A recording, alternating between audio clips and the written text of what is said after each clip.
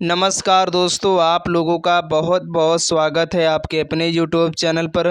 दोस्तों फाइनली आज की इस वीडियो हम लोग सामान्य हिंदी यानी जनरल हिंदी से संबंधित है। आज की इस वीडियो में दोस्तों टॉप 20 प्रश्न डिस्कस करेंगे जो आपके आने वाले किसी भी गवर्नमेंट एग्जाम्स के लिए काफ़ी ज़्यादा मोस्ट इंपॉर्टेंट होंगे। दोस्तों अगर आप लोग 2024 में एसएससी जीडी कांस्टेबल एग्ज़ाम्स की तैयारी कर रहे हो, या आप लोग यूपी पुलिस कांस्टेबल या एसआई एग्ज़ाम्स की तैयारी कर रहे हो, या दोस्तों आप लोग यूपी लेखपाल की भर्ती आपकी आने वाली है, अगर आप लोग इस एग्ज़ाम्स की तैयारी कर रहे हो, या आप लोग दोस्तों ऑल स्टेट एग्ज़ाम यानी आप यूपी के किसी भी एग्ज़ाम्स की अगर तैयारी कर रहे हो जिनमें हिंदी पूछी जाती है, तो दोस्तों ये वीडियो उनके लिए काफ़ी ज़्यादा इंपॉर्टेंट होने वाली है। तो इसलिए आपको आज की इस वीडियो को लास्ट तक जरूर देखनी, क्योंकि हर एक क्वेश्चन बहुत इंपॉर्टेंट है। हिंदी के ऐसे क्वेश्चन आपके एग्जाम में अक्सर पूछे जाते रहते हैं। तो इसलिए दोस्तों आज की इस वीडियो को हम लोग बिना टाइम वेस्ट किए हुए स्टार्ट कर लेते हैं। दोस्तों आपकी स्क्रीन पर फर्स्ट क्वेश्चन है कि हिंदी की आदि जननी कौन कौन है। यानी दोस्तों हिंदी भाषा की जो आदि जननी भाषा है वो कौन सी, बहुत बार ये क्वेश्चन आपके एग्जाम्स में पूछा गया। तो आपको ध्यान रखना दोस्तों, हिंदी की जो आदि जननी है दोस्तों वो है संस्कृत भाषा। यहाँ पर इस क्वेश्चन का जो ऑप्शन डी है ये बिल्कुल करेक्ट हो जाएगा, तो आपको ध्यान रखना है। चलिए इसके बाद अगला क्वेश्चन है कि हिंदी भाषा के विकास का सही अनुक्रम कौन सा। देखिए ये क्वेश्चन बहुत इंपॉर्टेंट है दोस्तों, मैं आपसे फिर कह रहा हूँ कि कई बार आपके सभी एग्जाम्स में पूछा गया है कि जो हिंदी भाषा के विकास का जो सही क्रम है, जो सही अनुक्रम है वो कौन सा है। तो दोस्तों आज से आपको ध्यान रखना है, पहले दोस्तों आपकी पाली भाषा आई है, इसके बाद प्राकृत, फिर अपभ्रंश, तब हिंदी का दोस्तों विकास होता है। तो यहाँ पर इस क्वेश्चन का जो ऑप्शन डी है ये बिल्कुल करेक्ट हो जाएगा, तो आपको बिल्कुल याद रखना है। चलते हैं नेक्स्ट क्वेश्चन की तरफ कि हिंदी वर्णमाला में अयोग व वर्ण कौन से हैं। देखिए क्वेश्चन इंपॉर्टेंट, आपको ध्यान रखना दोस्तों।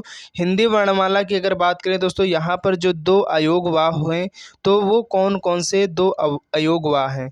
तो दोस्तों आपका जो अंग और आह, दोस्तों जो आपका अंग और आह ये अयोग व वर्ण है। किस प्रकार के वर्ण है, तो अयोग व वर्ण। तो बहुत बार क्वेश्चन पूछा गया है, तो आपको ध्यान रखना, क्वेश्चन का ऑप्शन यहाँ पर सी जो है करेक्ट हो जाएगा।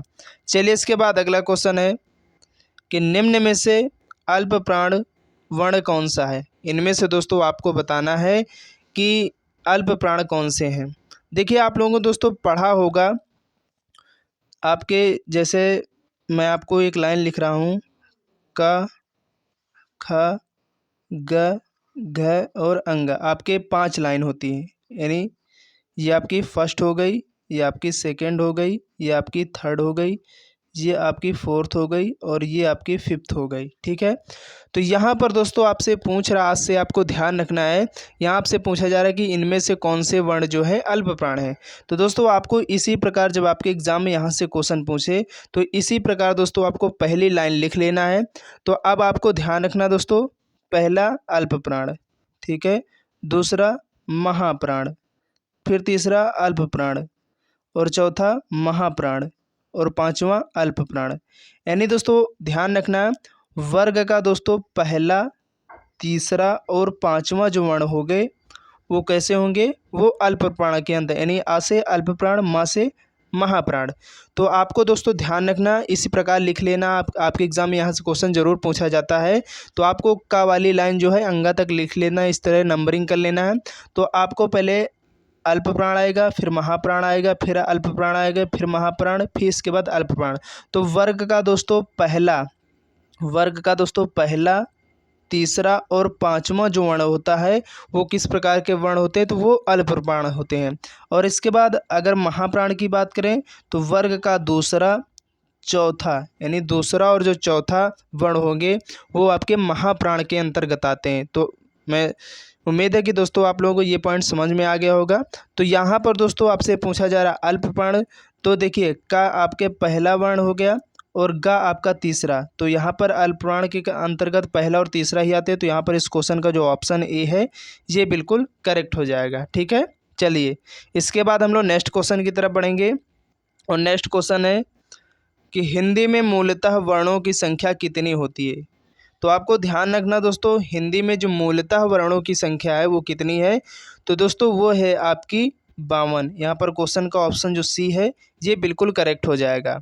नेक्स्ट क्वेश्चन है कि ज्ञ वर्ण किस वर्णों के संयोग से बना है। देखिए आपको ध्यान रखना, बहुत इंपॉर्टेंट प्रश्न है, आपके एग्जाम में पूछ लेता है कि जो आपका ज्ञ वर्ण है, आपका दोस्तों जो ज्ञ वर्ण है वो किसके संयोग से बना हुआ है।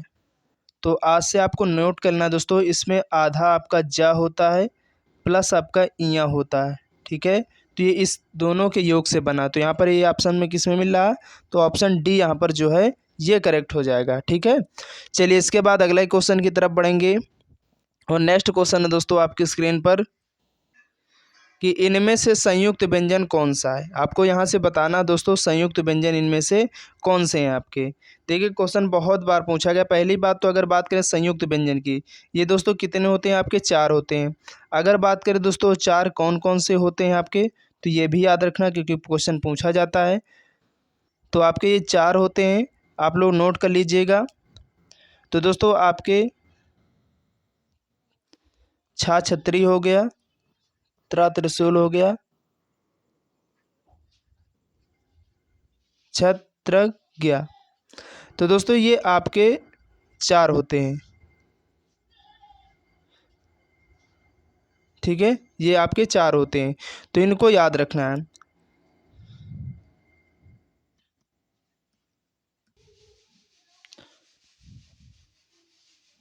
तो यहाँ पर दोस्तों हमने बात की है कि संयुक्त व्यंजन आपके कौन कौन से होते हैं। तो यहाँ पर आपका होता है छत्री होता है, छत्रज्ञ, और आपका एक होता है ये वाला सा। तो इनमें से आपको पूछा कौन सा है, तो आपका ज्ञ जो है इसके अंतर्गत आता है, और ये आपकी इनकी जो संख्या होती है वो 4 होती है, तो इसको भी आपको याद रखना है। चलिए इसके बाद अगला क्वेश्चन है कि या रा ला वा किस वर्ग के व्यंजन है। देखिए क्वेश्चन बहुत बार ये भी पूछा जा चुका है कि जो या रा ला वा है ये किस वर्ग के व्यंजन है। तो ध्यान रखना दोस्तों ये आपके अंतःस्थ जो व्यंजन होते हैं इसके अंतर्गत आते हैं, और इनकी भी संख्या कितनी होती है, 4 होती है। तो यहाँ पर इस क्वेश्चन का जो ऑप्शन सी है ये बिल्कुल करेक्ट हो जाएगा, तो आपको याद रखना है। चलिए इसके बाद हम लोग नेक्स्ट क्वेश्चन की तरफ बढ़ेंगे, और नेक्स्ट क्वेश्चन है दोस्तों आपकी स्क्रीन पर कि निम्न में से शुद्ध वर्तनी का चयन कीजिए। यानी यहाँ पर आपको दोस्तों बताना है कि इनमें से कौन सा जो शब्द है वो बिल्कुल सही लिखा हुआ है। तो दोस्तों इससे भी संबंधित आपके एग्जाम में एक क्वेश्चन पूछा जाता है वर्तनी से संबंधित। तो यहाँ पर दोस्तों उन्नति जो है ये वाला सही होगा, इस प्रकार लिखते हैं उन्नति, तो आपको ध्यान रखना, तो यही वाला ऑप्शन जो है बिल्कुल करेक्ट हो जाएगा। नेक्स्ट क्वेश्चन है कि दयानंद में प्रयुक्त संधि का नाम क्या है। देखिए संधि से संबंधित एक क्वेश्चन, कभी कभी 2 क्वेश्चन आपके एग्जाम में जरूर पूछे जाते हैं। तो आप लोगों को अगर आता है इस क्वेश्चन का आंसर कि दयानंद में कौन से संधि का प्रयोग हुआ, तो आप लोग फटाफट इस क्वेश्चन का आंसर जो है कमेंट बॉक्स में बताइएगा क्या होगा। तो दोस्तों यहाँ पर अगर हम बात करें दयानंद में जो है आपकी कौन सी संधि प्रयुक्त हुई है, तो दोस्तों वो है आपकी दीर्घ संधि। कौन सी, दीर्घ संधि। तो यहाँ पर इस क्वेश्चन का जो ऑप्शन ए है ये बिल्कुल करेक्ट हो जाएगा। अगर बात करें दोस्तों इसके संधि विच्छेद की, तो दया धन आनंद हो जाएगा। क्या हो जाएगा, दया धन आनंद, इसका जो है सही संधि विच्छेद हो जाएगा। तो ये बात भी आपको ध्यान रखनी है। चलिए इसके बाद अगला क्वेश्चन है इत्यादि का सही संधि विच्छेद क्या है। आप लोग बताइएगा दोस्तों, बहुत इंपॉर्टेंट प्रश्न है कि जो इत्यादि शब्द है इसका जो सही संधि विच्छेद होगा वो क्या होगा इनमें से। तो दोस्तों अगर बात करें दोस्तों, आप लोगों को पढ़ा होगा इत्यादि का दोस्तों क्या होता है, इति धन आदि। क्या होगा दोस्तों, इति धन आदि। तो यहाँ पर ये कौन से ऑप्शन में मिल रहा है, तो ऑप्शन सी जो है यहाँ पर जो सी है ये बिल्कुल करेक्ट हो जाएगा। चलिए इसके बाद हम लोग नेक्स्ट क्वेश्चन की तरफ बढ़ेंगे कि प्रतिकूल शब्द में कौन सा उपसर्ग प्रयुक्त हुआ है। यानी यहाँ पर आपसे पूछा जा रहा है दोस्तों जो प्रतिकूल शब्द है इसमें कौन सा उपसर्ग जो है प्रयोग किया गया है। तो दोस्तों यहाँ पर जो अगर बात करें आप लोग, प्रतिकूल का जो संधि विच्छेद होगा प्रतिधन कूल होगा। क्या होगा दोस्तों, प्रतिधन कूल। तो इसमें जो प्रति है ये आपका एक उपसर्ग है। तो यहाँ पर ये जो इस क्वेश्चन का जो ऑप्शन जो हो जाएगा, ऑप्शन सी जो होगा ये बिल्कुल करेक्ट हो जाएगा, ठीक है। चलिए नेक्स्ट क्वेश्चन है कि उपसर्ग का प्रयोग होता है, यानी दोस्तों जो उपसर्ग होता है आपका, इसका प्रयोग शब्द के शुरू में होता है या अंत में होता है या बीच में होता है, कहाँ पर इसका दोस्तों प्रयोग किया जाता है। तो ये भी पॉइंट्स आपको ध्यान रखना है, क्योंकि क्वेश्चन बहुत बार आपके एग्जाम्स में पूछा गया है कि जो उपसर्ग है इसका प्रयोग वाक्य के शुरू में करते हैं या अंत में करते हैं। तो आपको दोस्तों ध्यान रखना है, इसका जो प्रयोग है शब्द के आदि, आदि का मतलब दोस्तों शुरुआत में होता है। ठीक है, क्वेश्चन का ऑप्शन जो सी है ये बिल्कुल करेक्ट हो जाएगा। चलिए इसके बाद अगला क्वेश्चन है, नेक्स्ट क्वेश्चन है दोस्तों कि निर्वासित में प्रयुक्त प्रत्यय कौन सा है, यानी दोस्तों आपका जो निर्वासित शब्द है इसमें कौन सा प्रत्यय का प्रयोग हुआ है। तो दोस्तों आपको ध्यान रखना, निर्वासित यानी आपको इसको जो सही से विच्छेद होगा निर्वास धन इति होगा, क्या होगा दोस्तों, इति। तो यहाँ पर जो आपका प्रत्यय होता है ये वाक्य के लास्ट में जुड़ता है।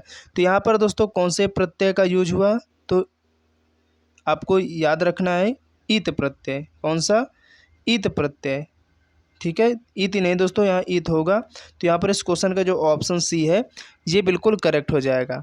चलिए इसके बाद अगला क्वेश्चन है कि दसमुख में कौन सा समास है, यानी दोस्तों आपको बताना है कि जो आपका दसमुख शब्द है इसमें कौन सा समास का प्रयोग हुआ है। तो दोस्तों दसमुख का मतलब हो गया जिसके 10 मुख है, अर्थात रावण। जहाँ पर किसी तीसरे व्यक्ति की बात की जाए तो वहाँ पर दोस्तों आपका बहुब्रीहि समास होता है। ठीक है, 10 मुख किसके थे, तो आपके रावण के थे, यानी 10 मुख हैं जिसके, अर्थात रावण के। तो यहाँ पर देखिए बात हो रही, लेकिन ये किसके बारे में, रावण यानी किसी तीसरे व्यक्ति के बारे में बात हो रही। तो जहाँ पर दोस्तों आपको ऐसा भाव प्रतीत हो वहाँ पर हमेशा आपका बहुब्रीहि समास होता। तो ये बात आप भी आपको ध्यान रखनी है। क्वेश्चन का ऑप्शन ए जो बिल्कुल है करेक्ट हो जाएगा। नेक्स्ट क्वेश्चन है कि नील कमल में कौन सा समास है। देखिए दोस्तों नील के समान कमल, यानी दोस्तों नील के समान जो कमल है इसमें कौन सा समास होगा। तो दोस्तों यहाँ पर जो समास होगा आपका वो कर्मधारय होगा। क्वेश्चन का ऑप्शन जो बी है वो बिल्कुल करेक्ट हो जाएगा। यहाँ पर दोस्तों विशेषता बताई जा रही कि जो नील के समान जो कमल है, कमल किसके समान है, नील के समान। तो इसलिए यहाँ पर विशेषता बताई जा रही है, तो वहाँ पर कर्मधारय समास होगा। चलिए इसके बाद नेक्स्ट क्वेश्चन है कि विभावरी किस प्रकार का शब्द है। देखिए आपके एग्जाम में ऐसा क्वेश्चन जरूर पूछा जाता है, देशज विदेशज आपके जो शब्द होते हैं और तद्भव तत्सम, इनसे संबंधित क्वेश्चन। तो आपको बताना दोस्तों कि जो विभावरी शब्द है ये किस प्रकार का शब्द है। तो दोस्तों ये आपका जो शब्द माना गया है ये आपका एक प्रकार का दोस्तों जो शब्द है तत्सम है। यहाँ पर क्वेश्चन का ऑप्शन जो सी है ये बिल्कुल करेक्ट हो जाएगा। नेक्स्ट क्वेश्चन है कि सूर्य शब्द का स्त्रीलिंग क्या होगा। देखिए स्त्रीलिंग और पुल्लिंग से भी संबंधित एक क्वेश्चन जरूर पूछा जाता है। तो आपको दोस्तों ध्यान रखना, यहाँ बात की गई सूर्य शब्द की, तो इसका जो दोस्तों स्त्रीलिंग होगा वो आपका सूर्या हो जाएगा। ठीक है, तो क्वेश्चन का ऑप्शन यहाँ पर जो ए है ये बिल्कुल करेक्ट हो जाएगा। इसके बाद नेक्स्ट क्वेश्चन है कि आंसू का बहुवचन क्या होगा। आप लोग दोस्तों बताइए अगर आपको मालूम है कि आंसू शब्द का जो बहुवचन होगा वो क्या होगा। तो दोस्तों आंसू का जो है बहुवचन जो होगा वो आंसू ही होगा। यहाँ पर क्वेश्चन का ऑप्शन जो सी है ये बिल्कुल सही हो जाएगा। ठीक है, सॉरी यहाँ पर दोस्तों ऑप्शन बी होगा आंसुओं, यानी आंसू का दोस्तों जो बहुवचन होगा वो आंसुओं हो जाएगा। क्वेश्चन का ऑप्शन जो बी है ये करेक्ट हो जाएगा। चलिए इसके बाद नेक्स्ट क्वेश्चन है, और आज के इस वीडियो का लास्ट क्वेश्चन है 20 कि गीदड़ का स्त्रीलिंग क्या होगा। देखिए क्वेश्चन बहुत इंपॉर्टेंट है, पूछा जाता है आपके एग्जाम्स में कि जो गीदड़ शब्द है इसका जो स्त्रीलिंग होगा वो क्या होगा। तो दोस्तों गीदड़ का जो स्त्रीलिंग हो जाएगा वो हो जाएगा आपका गीदड़ी। यहाँ पर क्वेश्चन का ऑप्शन जो बी है ये बिल्कुल करेक्ट हो जाएगा। तो उम्मीद करते हैं दोस्तों आज का जो सेशन है आप लोगों को काफ़ी ज़्यादा पसंद आया होगा। ठीक है, जितने भी लोग आज 2024 में एसएससी जीडी कांस्टेबल एग्ज़ाम्स की तैयारी कर रहे हैं, या आप लोग यूपी लेखपाल की तैयारी कर रहे हैं, या UP police constable SI exams की तैयारी कर रहे हैं, तो ये वीडियो आप लोगों के लिए बहुत इंपॉर्टेंट होने वाली है। तो इसलिए आप लोग ज़रूर इस वीडियो को एक बार शुरू से लास्ट तक पूरी देखिएगा। और ये जो वीडियो हमारे इस चैनल पर आप लोगों को इवनिंग के टाइम में डेली मिलती रहती है, तो आप लोग इसको देखना बिल्कुल भी मत भूलें। और चैनल में पहली बार है तो आप लोग चैनल को सब्सक्राइब करना बिल्कुल भी मत भूलें, क्योंकि हर एक क्वेश्चन आपके एग्ज़ाम के लिए बहुत ज़्यादा इंपॉर्टेंट होता है, क्योंकि मैंने ऐसे क्वेश्चन आप लोगों को सामने लेकर के आता हूँ जो आपके किसी न किसी एग्ज़ाम्स में बार बार पूछे हुए क्वेश्चन होते हैं। तो इसलिए आप लोग ज़रूर जब भी आपको टाइम मिले तो इन सभी वीडियो को एक बार देखा करिए, अगर आप लोग इनसे संबंधित एग्ज़ाम्स की तैयारी कर रहे हो। तो चलते हैं नेक्स्ट वीडियो के लिए, तब तक के लिए जय हिंद, जय भारत।